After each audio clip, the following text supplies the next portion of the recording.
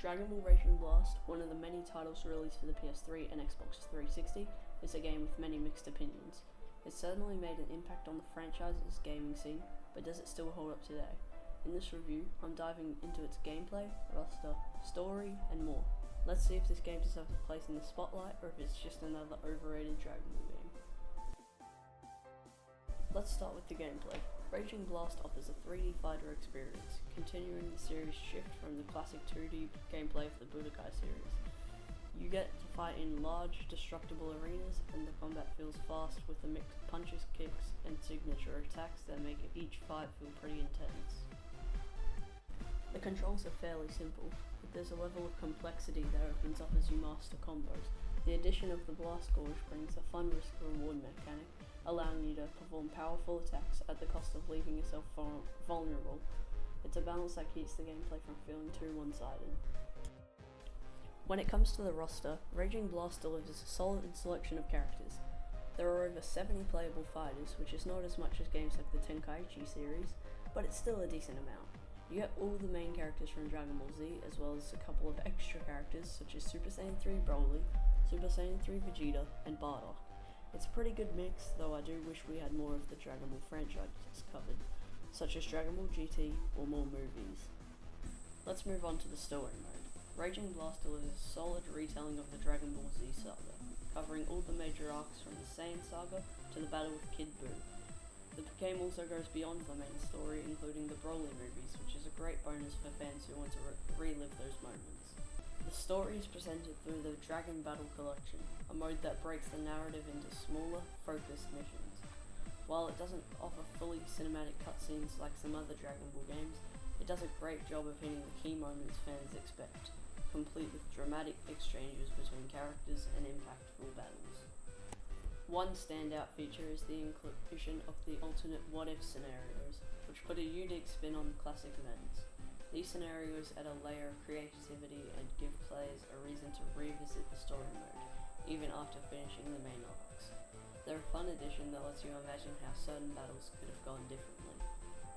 Overall, Raging Blast doesn't try to reinvent the wheel when it comes to its story, but it succeeds in delivering a comprehensive and faithful adaptation of Dragon Ball Z.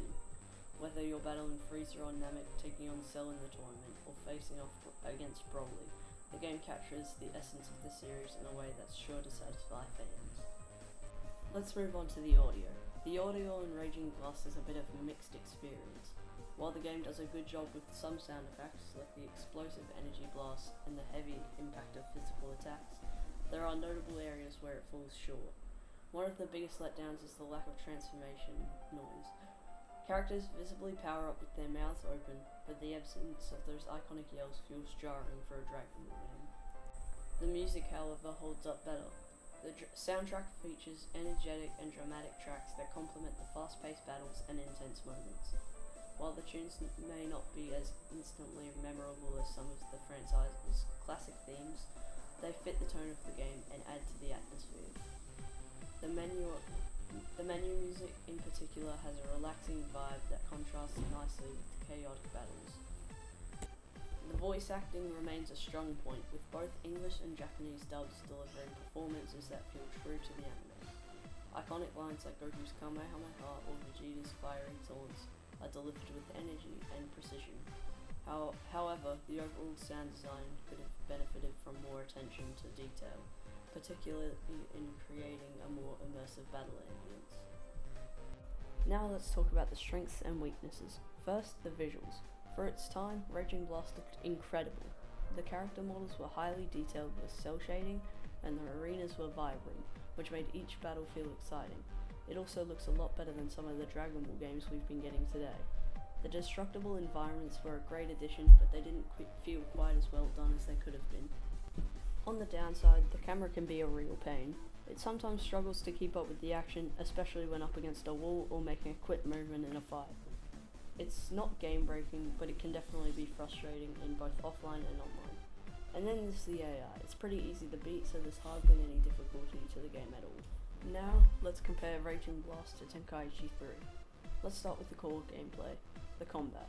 Budokai Tenkaichi 3 is widely praised for its fast-paced and fluid fighting mechanics. Battles feel chaotic yet controlled, with strong emphasis on player strategy and movement. You can vanish behind your opponent, perform long combo strings, and seamlessly transition between melee, key blasts, and ultimates.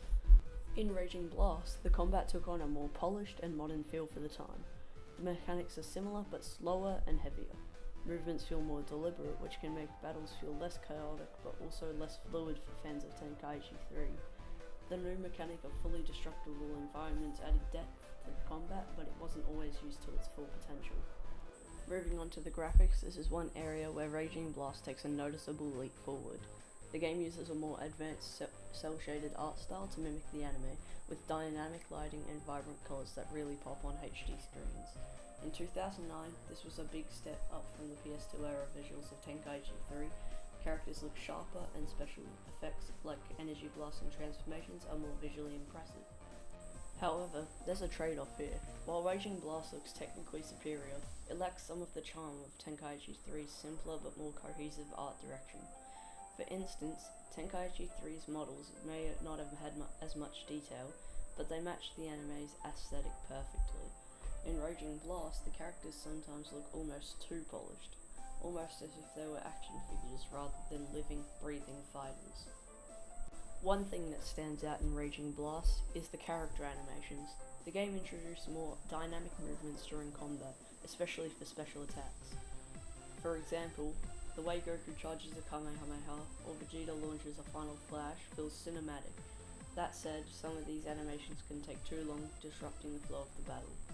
Tenkaichi 3 kept things snappier, which many fans appreciated, for maintaining the high-speed action of the anime. On the downside, some fans criticized Raging Blast character models for looking stiff during regular movements. In contrast, Tenkaichi 3's animations, while simpler, had a certain fluidity and charm that still holds up today. Now let's talk about the rosters, which is often the most important aspect for any Dragon Ball game. Budokai Tenkaichi 3 still holds up with an absolutely massive roster of over 160 characters, including nearly every version of Goku, Vegeta, and even more obscure characters like Arale and King Cole. This variety was unmatched and gave players the freedom to relive almost any battle from the series, or create their own. By comparison, Raging Blast has a more modest roster featuring around 70 characters. While it includes fan favourites like Goku, Vegeta, Broly, and Bardock, it feels limited compared to Tenkaichi 3.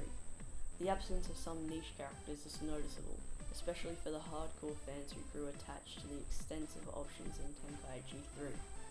However, Raging Blast does offer more detailed movesets for its characters, so the trade-off is depth over sheer quantity.